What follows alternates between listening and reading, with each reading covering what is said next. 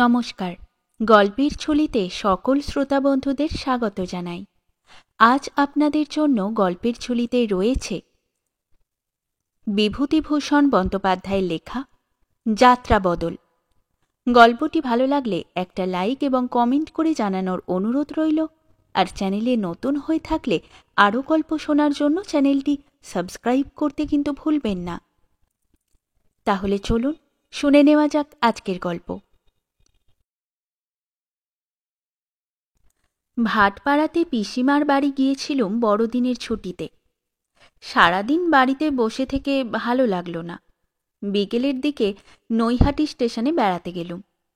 তখন দেশেই থাকি, বিদেশে বেরোনো অভ্যাস নেই। এত বড় স্টেশন ঘনিষ্ঠভাবে দেখবার সুযোগ বড় একটা হয়নি। ডাউন প্ল্যাটফর্মের ওধারে প্রকাণ্ড ইয়ার্ডটা মালের ওয়াগানে ভর্তি। ওভারব্রিজের ওপর দিয়ে যাত্রীরা পোঁটলা পুঁটলি নিয়ে যাতায়াত করছে। নানা ধরনের লোকের ভিড়, নানা রকমের শব্দ। দুখানা পাইলট ইঞ্জিন ইয়ার্ডের মধ্যে ওয়াগনের সারি টানাটানিতে ব্যস্ত। ওপারের গাড়ি একখানা ছেড়ে গেল, আর একখানা এক্ষুনি আসবে। বাজারের দিকে সাইডিং লাইনে দুখানা কেরোসিন তেলের ট্যাঙ্ক বসানো গাড়ি থেকে তেল নামাচ্ছে। এত মাছিও প্ল্যাটফর্মে কোথাও স্থির হয়ে দাঁড়াবার জো নেই। যেখানেই যাই সেইখানেই মাছি ভন ভন করে। চা খাওয়ার ইচ্ছে ছিল, কিন্তু স্টলের অবস্থা দেখে সেখানে বসে কিছু খেতে প্রবৃত্তি হল না। প্ল্যাটফর্মের ওধারে একটা ছোট ঘর, দোর বন্ধ। ঘরটার আশেপাশে পুরানো স্লিপার ও ফিশ প্লেট পড়ে আছে রাশিকৃত। একটি ক্ষুদ্র কুলি পরিবার সেখানে তিরপলের তাঁবু খাটিয়ে তোলা উনুনে আঁচ দিয়েছে। হঠাৎ প্ল্যাটফর্মের সবাই একটু সন্ত্রস্ত হয়ে উঠল। সবাই যেন প্ল্যাটফর্মের ধারে ঝুঁকে কলকাতার দিকে চেয়ে কি দেখবার চেষ্টা করতে লাগল। একজন হিন্দুস্থানি যাত্রী প্ল্যাটফর্মের নিতান্ত ধারে দাঁড়িয়ে চোখ মুছতে ব্যস্ত। ওপার থেকে একজন কুলি তাকে হেঁকে বললে, এ আঁখ পুছনেওয়ালা, হট যাইয়ে, ডাক গাড়ি আতা হ্যায়। কাছের একটি ভদ্রলোক যাত্রীকে জিজ্ঞেস করলুম, কোন ডাক গাড়ি মশাই? তিনি বললেন, দার্জিলিং মেলের সময় হয়েছে। একটু পরেই ধুলোকুটো উড়িয়ে একটা ছোটখাটো ঘূর্ণিঝড়ের সৃষ্টি করে স্টেশন কাঁপিয়ে দার্জিলিং মেল বেরিয়ে গেল। এবং সে শব্দ থামতে না থামতে ডাউন প্ল্যাটফর্মে একখানা প্যাসেঞ্জার ট্রেন সশব্দে এসে দাঁড়ালো। একটু পরে দেখি যে প্ল্যাটফর্মে একটা গোলযোগ উঠেছে। অনেক লোক ওভারব্রিজের ওপর দিয়ে ডাউন প্ল্যাটফর্মের দিকে ছুটে যাচ্ছে। সবাই যেন কি বলছে। ট্রেনটা ছাড়তেও খানিকটা দেরি হলো। তারপর ট্রেনখানা ছেড়ে গেলে দেখলাম প্ল্যাটফর্মের এক জায়গায় অনেক লোকের ভিড়। গোল হয়ে ঘিরে দাঁড়িয়ে সবাই কি যেন দেখছে। ভিড় ঠেলে ঢুকতে না পেরে একজনকে জিজ্ঞেস করতে সে যা বললে, তার মর্ম এই যে মুর্শিদাবাদের ওদিক থেকে একটি ভদ্রলোক সপরিবারে এইখানে গাড়ি বদলাবার জন্য নেমেছিলেন, পশ্চিমের লাইনে যাবার জন্য। তার স্ত্রী প্ল্যাটফর্মে নেমেই অজ্ঞান হয়ে যান। সম্প্রতি দেখা যাচ্ছে অজ্ঞান নয়, তিনি মারাই গেছেন। লোকের ভিড় পুলিশ এসে সরিয়ে দিল। তারপর একটা অতি করুণ দৃশ্য চোখে পড়ল। গোটা দুই স্টিলের তোরঙ্গ, একটা ঝুড়ি, গোটা চারেক ছোট বড় পুঁটলি, একটা মানকচু ও এক নাগরি খেজুরের গুড় এদিক ওদিকে অগোছালোভাবে ছড়ানো। গৃহস্থালির এই দ্রব্যাদির মধ্যে একটি পাড়া গাঁয়ের বউয়ের মৃতদেহ। রং ফর্সা, বয়স 20-22 বেশি নয়। বউটির মাথার কাছে একটি মধ্যবয়সী ভদ্রলোক, গায়ে কালো বুক খোলা কোট, কাঁধে একখানা জমকালো পাড় ও কলকাতার সস্তা আলোয়ান, পায়ে ডার্বি জুতো। পাড়াগাঁয়ের অর্ধশিক্ষিত ভদ্রলোকের পোশাক। তার কোলে একটি 2 বছর বয়সের ছোট ছেলে, মায়ের মতো ফর্সা, চুলগুলি কোঁকড়া কোঁকড়া, হাতে কি একটা নিয়ে নাড়াচাড়া করছে ও একবার বিস্ময়ের দৃষ্টিতে সমাগত লোকের ভিড়ের দিকে চাইছে। মায়ের মৃতদেহের চেয়েও তার কাছে বেশি কৌতূহলের বিষয় হয়েছে চারিধারে এই গোলমাল ও অদৃষ্টপূর্ব লোকের ভিড়। একটু পরে সাহেব স্টেশন মাস্টার ও তার সঙ্গে একজন ভদ্রলোক এলেন। বুঝতে দেরি হল না যে ভদ্রলোকটি ডাক্তার। তিনি বউটির নাড়ি দেখলেন, চোখ দেখলেন। স্টেশন মাস্টারের সঙ্গে কি কথা হলো তার, স্বামীটির সঙ্গেও যেন কি বললেন। তারপর তারা চলে গেলেন। মৃত্যুই তাহলে ঠিক। কৌতূহলী জনতা আরও খানিকক্ষণ তাদের ঘিরে দাঁড়িয়ে রইল। মৃতা পল্লীবধূ, তার শোকস্তব্ধ স্বামী, অবোধ ক্ষুদ্র পুত্র ও তাদের ঘর গৃহস্থালির সাধের দ্রব্যাদি। তারপর একে একে যে যার কাজে চলে গেল। আরও নতুন দল এলো। তারাও খানিকটা থেকে নিজেদের মধ্যে কি বলাবলি করতে করতে ফিরে গেল। এবার এলো রেলওয়ে পুলিশের লোক। তারা খানিকক্ষণ ধরে ভদ্রলোকটিকে কি সব প্রশ্ন করলে, নোটবুকে কি টুকে নিলে। তারপর তারাও চলে গেল। কেবল একজন কনস্টেবল একটু দূরে দাঁড়িয়ে রইল। এসবে কাটল প্রায় 1 ঘণ্টা। তখন সন্ধে প্রায় হয়। স্টেশনের আলো জ্বালিয়েছে। আপ ডাউন দুদিকের সিগন্যালে লাল সবুজ বাতির সারি জ্বলছে, কিন্তু তখনও অন্ধকার হয়নি। সিগন্যালের পাখা তখনও স্পষ্ট দেখা যাচ্ছিল। আপ লাইনের হোম স্টার্টার নামানো, বোধহয় কোনো ট্রেন আসছে। যা হবার তা তো হয়ে গিয়েছে, এখন সৎকারের ব্যবস্থা। এ ধরনের প্রশ্ন কেউ ভদ্রলোকটিকেও করলে না, তিনিও কাউকে করলেন না। এদিকে ভিড় ক্রমেই পাতলা হয়ে এলো। অনেকেই আপ ট্রেনের যাত্রী। কলকাতার দিকে 2খানা সিগন্যাল নামানো দেখে তারা ওভারব্রিজ দিয়ে উঠি পড়ি অবস্থায় ছুটল আপ প্ল্যাটফর্মের দিকে। এটা যে থ্রু ট্রেন আসছে তা ভেবে তখন কে দেখে। ভিড়ের মধ্যে বেশিরভাগ ছিল হিন্দুস্থানি কুলি খালাসির দল। তারা খৈনি টিপতে টিপতে নিজেদের কাজে চলে গেল। আমি একটু দূরে দাঁড়িয়েছিলাম। ভদ্রলোক আমাকে হাতছানি দিয়ে ডাকলেন। কাছে যেতেই আকুলভাবে বললেন, মশাই, আপনি তো দেখছেন, একটা ব্যবস্থা করুন দয়া করে। এখন কি করি, আমার মাথা মুন্ডু। এই অচেনা দেশ, তাতে শীতের রাত। আমরা ব্রাহ্মণ, ব্রাহ্মণের দেহ শেষে কি অন্য জাতে ছোঁবে? এই একটা বাচ্চা, এরই বা উপায় কি করি? মুখে অবশ্যই তাকে সাহস দিলুম, কিন্তু তারপর 1/2 ঘণ্টা এদিক ওদিক ঘুরেও সৎকারের কোনো ব্যবস্থাই আমায় দিয়ে হয়ে উঠল না। না আমাকে এখানে কেউ চেনে, না আমি কাউকে চিনি। অধিকাংশ লোকই তারা যাত্রী। এই ট্রেনেই তাদের অমুক জায়গায় যেতে হবে। কেউ কথা শোনে না। আকস্মিক ব্যাপারের উত্তেজনাটুকু কেটে যাবার পরে সবাই বুঝেছে বেশি ঘনিষ্ঠতা করতে গেলে এই শীতের রাত্রে দুর্ভোগ আছে কপালে। কাজেই সবাই আমায় এড়িয়ে চলতে চায়। অবশেষে একজন টিকিট কালেক্টরকে কথাটা বললুম। অনেক সাধ্য সাধনার পরে তাকে রাজিও করানো গেল। তিনি বললেন, কিন্তু শুধু আমি আর আপনি এতে তো হবে না। আপনি দাঁড়ান, আমি দেখে আসি। একটু পরে একজন অতি কদর্য চেহারার ময়লা কাপড় পরা লোককে সঙ্গে করে তিনি ফিরে এলেন। আমায় বললেন, শুনুন মশাই, লোক যেতে চায় না কেউ শীতের রাতে।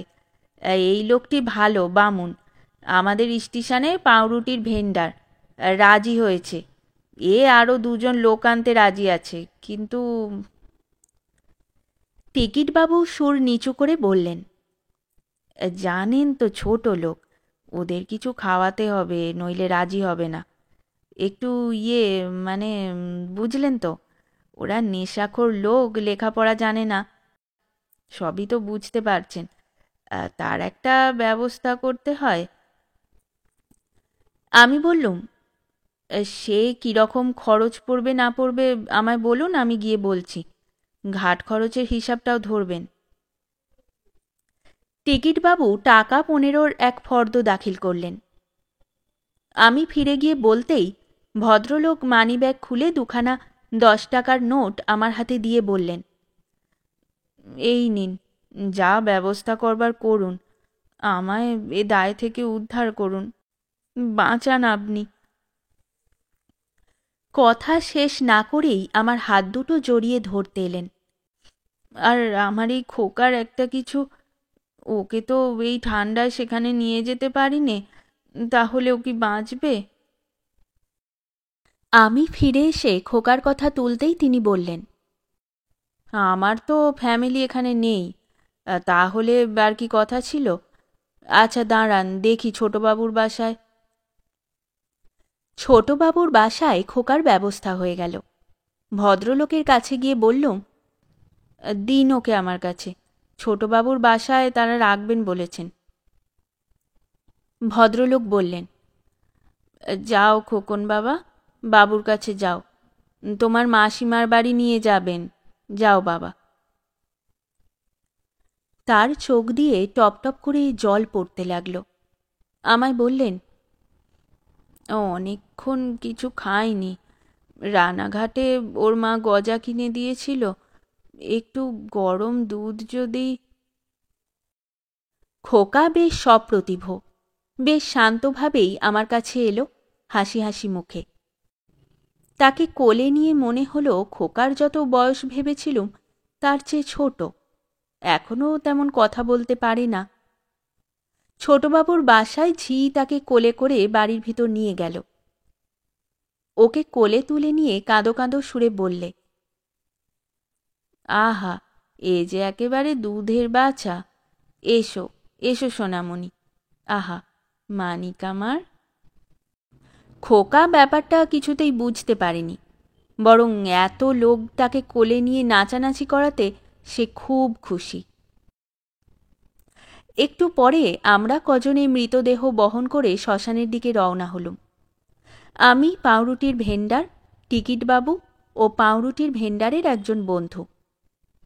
টিকিটবাবুর এক ভাইপো আমাদের সম্মিলিত গরম কোট ও আলোয়ানের পুঁটুলি হাতে ঝুলিয়ে পিছনে পিছনে আসছিল।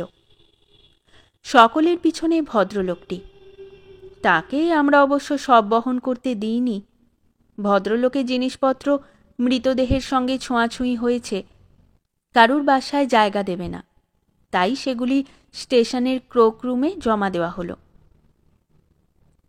নৈহাটির বাজার যেখানে প্রায় শেষ হয়েছে সেখানটায় এসে ভদ্রলোক বললেন, একটা ভুল হয়ে গিয়েছে, দাঁড়ান আমি সিঁদুর কিনে আনি, ওর কপালে দিয়ে দিতে হবে। শ্মশানঘাট নৈহাটি স্টেশন থেকে প্রায় 3 পোয়া পথ দূরে। বাজার ছাড়িয়ে দক্ষিণে মাঠের মাঝখান দিয়ে পথ। জ্যোৎস্না রাত, সন্ধ্যার পরে মেঘশূন্য আকাশে ফুটফুটে চাঁদের আলো ফুটেছে। কনকনে হাড় কাঁপানো শীত, মাঝে মাঝে পৌষ রাত্রির ঠান্ডা হাওয়া বাধাশূন্য প্রান্তরে আমাদের শিরায় উপশিরায় রক্ত জমিয়ে দিচ্ছে। তার ওপরে মুশকিল, আমন ধানের জমির ওপর দিয়ে পথ, ধান কাটা হয়ে গিয়েছে, শীতের ঘায়ে ধানের গোড়াগুলো পায়ে যেন কুশাঙ্কুরের মতো বিঁধছিল। হঠাৎ পিছন থেকে ভদ্রলোক মেয়ে মানুষের মতো আকুল সুরে কেঁদে উঠলেন। আমরা অবাক হয়ে ফিরে চাইলুম। টিকিটবাবু বললেন, ও কি মশাই, ও কি, অত হলে চলবে কেন, ছি, আসুন এগিয়ে আসুন। পুরুষ মানুষকে অমন অসহায়ভাবে কখনো কাঁদতে শুনিনি। তখন বয়স ছিল অল্প, লোকটির কান্না শুনে যেন আমার চোখে অশ্রু সজল হয়ে উঠল। তারপর তিনি চুপ করলেন, আমরা সবাই আবার চুপচাপ চলতে লাগলুম। শ্মশানে যখন পৌঁছানো গেল রাত তখন 7:30 হবে। মৃতদেহ চিতায় ওঠানো হলো। সেই সময় সর্বপ্রথম লক্ষ্য করলুম বধূটির দুপায়ে আলতা। কোথাও বেরুতে হলে গ্রামের মেয়েরা আলতা পরে থাকে জানতাম। মনটা কেমন খারাপ হয়ে গেল। মেয়েটি কি ভেবেছিল, আজ কোন যাত্রার জন্য তাকে দুপুরে আলতা পরতে হয়েছিল? কপালে খানিকটা সিঁদুর, ভদ্রলোকটি নিজেই দিয়েছিলেন। বধূটিকে সর্বপ্রথম এই ভালো করে দেখে মনে হল সত্যিই সুন্দরী, টানা টানা জোড়া ভুরু, পাণ্ডুর বর্ণের গৌর মুখ, অনিন্দ দেহকান্তি। মৃত্যুতেও যেন ম্লান হয়নি। মুখের চেহারা দেখে মনে হয় যেন ঘুমিয়ে পড়েছে। মনে হচ্ছে গোলমালে এক্ষুনি ঘুম ভেঙে উঠে পড়বে বুঝি। জ্বলন্ত চিতার একটু দূরে সেই পাউরুটি ভেন্ডার ও তার বন্ধু। পাউরুটি ভেন্ডার আমার দিকে চেয়ে দাঁত বার করে হেসে বললে, যাক, আজ শীতের রাতটা কাটবে ভালো, কি বলুন? লালু চক্রবর্তীর পরোটার দোকানে ভাজতে দিয়ে এসেছি। আমাদের শশী আচার্যকে বসিয়ে রেখে এসেছি। রাত 12টার মধ্যে এখানকার কাজ শেষ হয়ে যাবে। গরম গরম বেশ।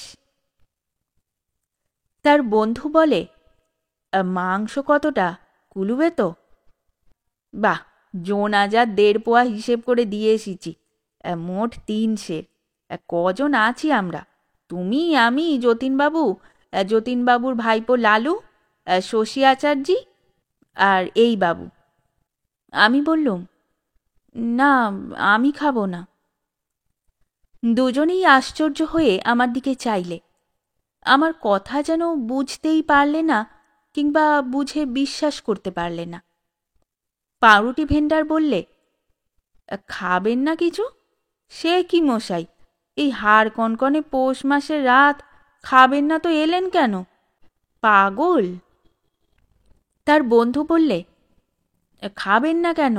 ভালো জিনিস মশাই, আমরা নিজে দাঁড়িয়ে থেকে কিনিয়েছি। খাসা চর্বিওয়ালা খাসি। লালু চক্রবর্তী নিজে রাঁধবে।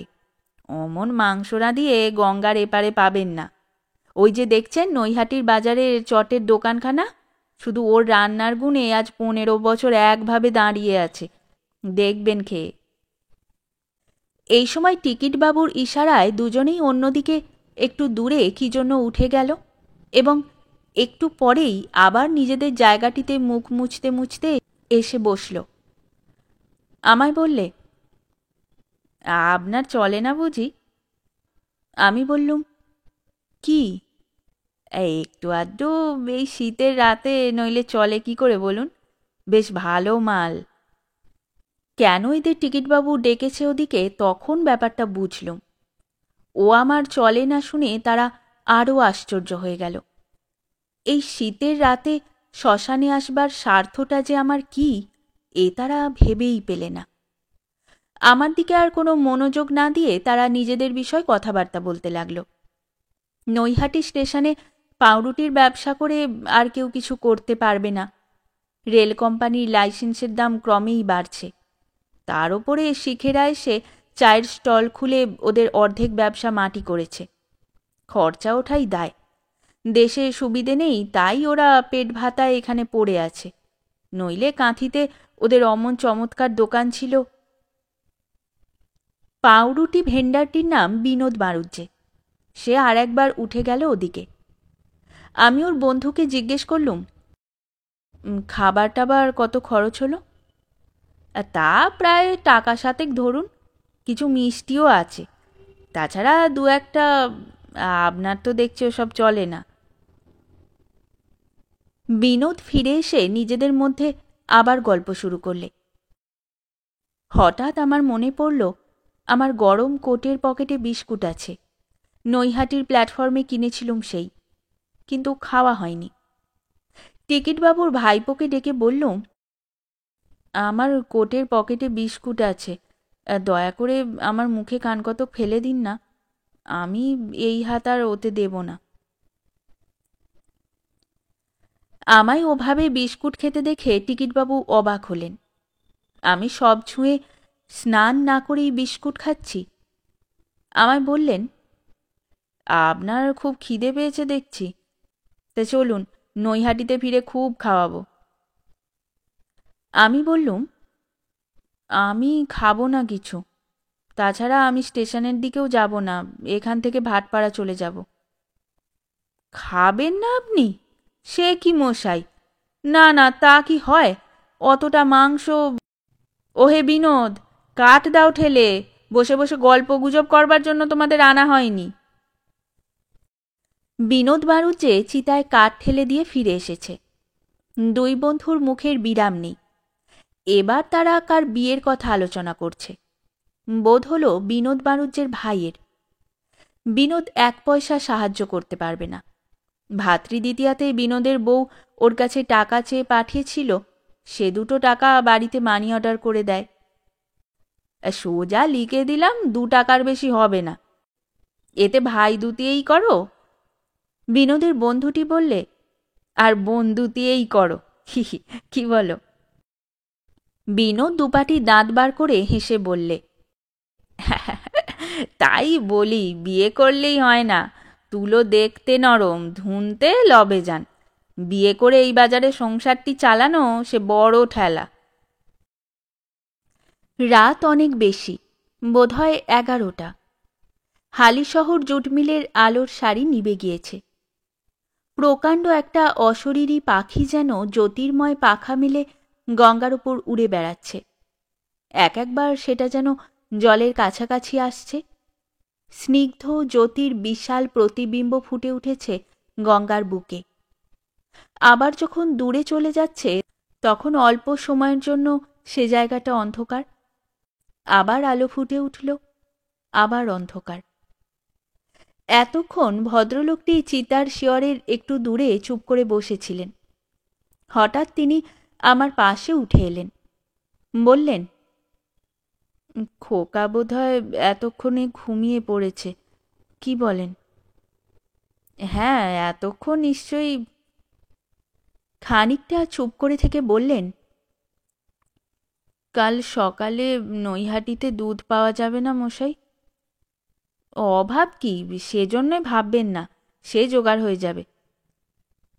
একটু চুপ করে থেকে আমি জিজ্ঞেস করলুম, আপনারা কোথায় যেতেন? পশ্চিমে কোথাও বুঝি? ভদ্রলোক বললেন, পশ্চিমে বেশি দূরে নয়, আমি যাচ্ছিলাম আসানসোল, সেখানে চাকরি করি। অনেকদিন চাকুরি খুঁজে বেরিয়ে বেরিয়ে শেষে বইতে জুটিয়েছিলাম। তা চাকরিও করছি আজ 1 বছর। এতদিন রেলবাবুদের মেশে খেতাম, আশ্বিন মাসে খেয়ে খেয়ে ডিসপেপসিয়া গোছে দাঁড়ালো। এত ঝাল দেয় মশাই, অত ঝাল খাওয়া আমার অভ্যাস নেই। আমার স্ত্রী বললে, যা পাও একটা বাসা করো, আমাদের দুজনের খুব চলে যাবে। তোমারও কষ্ট থাকবে না, আমারও এখানে তোমায় বিদেশে ফেলে থাকতে ভালো লাগে না। তাই এবার বাসা করে বড়দিনের ছুটিতে একে আনতে যাই শ্বশুর বাড়িতে। সেখানেই বিয়ের পর আজ 4-5 বছর রেখেছিলাম। দেশে আমার বাড়িঘর সবই আছে, কিন্তু সেখানে মশাই শরিকি গোলমাল। সেখানে ওকে রাখার অনেক অসুবিধে। বারদুই নিয়েও গিয়েছিলাম, তাতেই জানি। আমি বললুম, ওর কি কোনো অসুখ ছিল হঠাৎ এমন? অসুখের কথা তো কিছুই জানি নে, তবে মাঝে মাঝে বুক ধড়ফড় করতো বলতে শুনেছি। অসুখটা আমার বাড়িতে যখন আনি 8 বছর, তখন বড় বেড়েছিল। আমার সে সময় নেই চাকরি, হাতে নেই পয়সা, আর এদিকে বাড়িতে আমার জ্যাঠতুতো ভাইয়ের স্ত্রী, তার যৎপরনাস্তি দুর্ব্যবহার। এই সবে সংসারে একদমই শান্তি ছিল না। ও আবার ছিল একটু ভালো মানুষ মতো, ওর ওপরেই যত ঝক্কি। খানিকটা আপন মনেই যেন বলতে লাগলেন, কাল ও বিকেলে কত কথা বলেছে। বাসার কথা আমায় কত জিজ্ঞেস করলে। বলছিল সেখানে পাতকুয়া না পুকুর। আমি বললাম 2ই আছে, তবে পুকুরে রেলের কুলি চাপরাশিরা নাই আর কাপড় কাচে। তার চেয়ে তুমি বাসার পাতকুয়ার জলই নিও। খাবার জন্যে রেলের বাবুদের কোয়ার্টারে টিউবওয়েল আছে নিকটেই, সেখান থেকে জল আনাবো। বাসায় পেঁপে গাছ আছে শুনে কত খুশি। বললে, হ্যাঁ গা, ও দেশের পেঁপে নাকি খুব বড় বড়। কাল দুপুরের পর থেকে বাক্স গুছিয়েছে, মানকচু সঙ্গে নিয়ে যাবে বলে বিকেলে বেছে বেছে বড় মানকচুটা ওর ভাইকে দিয়ে তোলালে। রাত্রে ঘুমোয় না, কেবল বাসার গল্প করে, এ করব ও করব। আমায় বললে, পেতলের ডেকচিতে খেয়ে খেয়ে তোমার অসুখ হয়েছে, তারা তো আর তেমন মাজে না। অসুখের আর দোষ কি? সেখানে মাটির হাঁড়িকুড়ি পাওয়া যাবে তো। রাত অনেক হয়েছে দেখে আমি বললাম, শো, ঘুমাও, কাল আবার সারাদিন গাড়ির কষ্ট হবে। রাত দুপুর হলো, ঘুমিয়ে পড়ো। কোথায় চলে গেল আজ? আর আমায় রেঁধে খাওয়াতে আসবে না। হঠাৎ একটা গোলমাল ও বচসার আওয়াজে ভদ্রলোক ও আমি দুজনেই ফিরে চাইলুম। বিনোদ বাড়ুজ্জে ও তার বন্ধু টিকিটবাবুর সঙ্গে কি নিয়ে ঝগড়া বাঁধিয়েছে, এবং আমার মনে হলো তারা এমন সব কথা বলছে যা হয়তো তারা স্বাভাবিক অবস্থায় বলতে সাহস করত না টিকিটবাবুকে। বিনোদ বাড়ুজ্জে বলছে, যান যান মশাই, অনেক দেখেছি ওরকম। আমরা গড়বাড়ির বাড়ুজ্জে, সুতোহাটা পরগনার মধ্যে যেখানে যাবেন ওদিকে তমলুক এস্তেক আমাদের এক ডাকে চেনে। ছোট নজর যেখানে দেখি সেখানে আমরা থাকি নে। এই শীতের রাতে কে আসতো মশাই?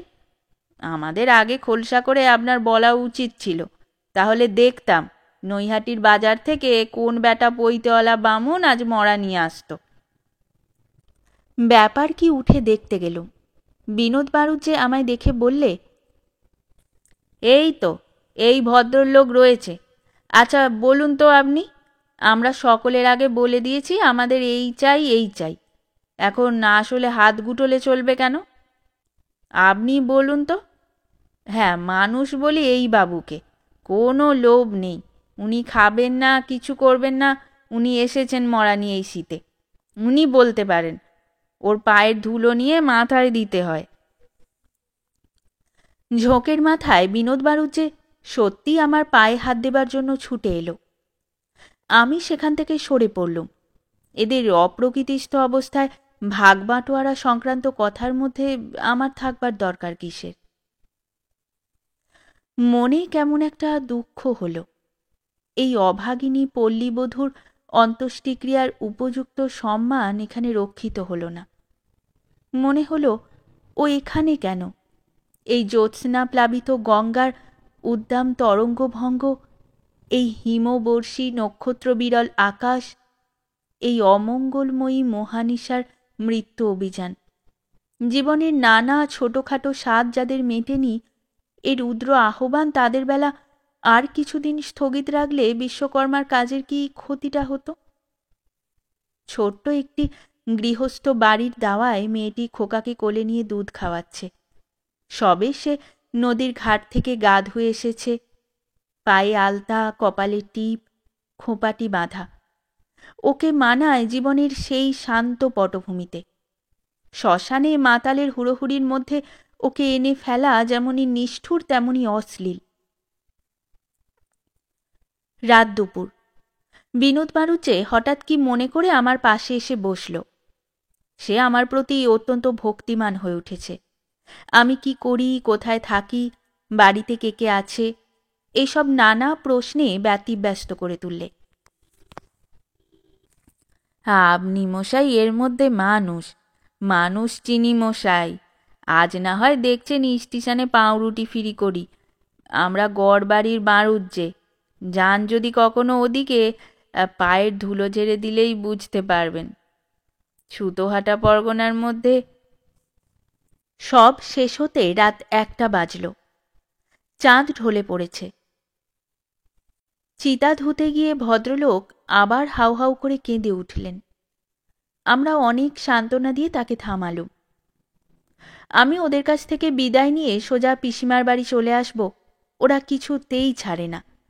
টিকিটবাবু বললেন, আসুন আসুন, অতটা মাংস খাবে কে? সব গরম গরম পাবেন। আমার বলে দেওয়া আছে রাত 12টার পর তবে ময়দায় জল দেবে, গিয়েই গরম গরম। চলুন মশাই। অতি কষ্টে ওদের হাত এড়িয়ে পিসিমার বাড়ি ফিরলুম। কিন্তু সকালে উঠেই খোকাকে দেখবার ইচ্ছে হলো। 7:30টার ট্রেনে নৈহাটি গিয়ে ছোটবাবুর বাসায় হাজির। খোকা নাকি অনেকক্ষণ উঠেছে। ভোরবেলা থেকে মায়ের কাছে যাবার জন্য কাঁদছিল। বাসার মেয়েরা অনেক কৌশলে থামিয়ে রেখেছেন। ভদ্রলোকটিও এলেন। তিনি টিকিটবাবুর বাসায় রাত্রে শুয়েছিলেন। দেখে মনে হলো রাত্রে বেশ ঘুমিয়েছেন। খোকা এখন আর কাঁদছে না। বাসার মেয়েরা কমলা লেবু দিয়েছে হাতে, তাই খেতে খেতে ঝিয়ের কোলে বাইরে এলো। ঝি বললে, কাল ছোটবাবুর বউ নিজের কোলের কাছে ওকে নিয়ে শুয়েছিলেন। রাতে ঘুমের ঘোরে ও ভেবেছে ওর মা, কিন্তু ভোরে উঠেই সে কি কান্না! কেবল বলে, মা যাব, মা যাব। আহা বাছা আমার, মানিক আমার। একটু পরে আমি ভদ্রলোককে ট্রেনে তুলে দিতে গেলুম, খোকাকে কোলে নিয়ে। তিনি এই ট্রেনে মুর্শিদাবাদে শ্বশুরবাড়ি ফিরে যাবেন। আমায় বললেন, কি করে সেখানে ঢুকবো মশাই, ভেবে আমার হাত পা আসছে না। তবে যেতেই হবে, খোকাকে ওর দিদিমার কাছে দিয়ে আসব, নইলে কে দেখবে আর ওকে। তারপর পাগলের মতো হাসি হেসে বললেন, যাত্রাটা বদলে আসি মশাই, কি বলেন? আমি বললুম, টিকিটবাবু কাল আপনাকে কিছু ফেরত দিয়েছেন? না, আমিও চাইনি। তবে আজ সকালে একটা ফর্দ দেখাচ্ছিলেন, বললেন সব খরচ হয়ে গেছে। সে ফর্দ আমি দেখিও নি। যা উপকার আপনারা করেছেন তার শোধ কি কখনো দিতে পারবো? ট্রেন ছেড়ে চলে গেল। প্ল্যাটফর্মে বিনোদ বাড়ুজ্যের সঙ্গে দেখা। আমায় একপাশে ডেকে মুখ ভার করে বললেন, শুনেছেন টিকিটবাবুর আক্কেলটা? 7.5 টাকা হাতে ছিল কালকের দরুন। কাল রাতে খাওয়া দাওয়ার পরে বললাম ভাগ করো, তা আমাদের দিলে 1 টাকা করে, দুজনকে 2 টাকা, আর নিজে নিলে 5.5 টাকা। বলে ওদের দুজনের ভাগ, ও আর ওর ভাইপো। আচ্ছা, ভাইপো কি করেছে মশাই? কাপড়ের পুঁটলিটা হাতে ঝুলিয়ে গিয়েছে বই তো নয়। আর আমাদের অত ছোট নজর নেই। হাজার হোক কুলীন বামুনের ছেলে মশাই, না হয় পেটের দায়ে আজ পাউরুটি ফিরিই করি। শেষ হলো আমাদের আজকের গল্প। গল্প পাঠে এবং বিভিন্ন চরিত্রে আমি তৃষিতা। গল্পটি ভালো লাগলে লাইক এবং শেয়ার করে দেবেন, আর চ্যানেলে নতুন হয়ে থাকলে আরও গল্প শোনার জন্য চ্যানেলটি সাবস্ক্রাইব করতে কিন্তু ভুলবেন না। খুব তাড়াতাড়ি নতুন একটি গল্প নিয়ে ফিরে আসব। সকলে ভালো থাকুন, শুনতে থাকুন গল্পের ঝুলি।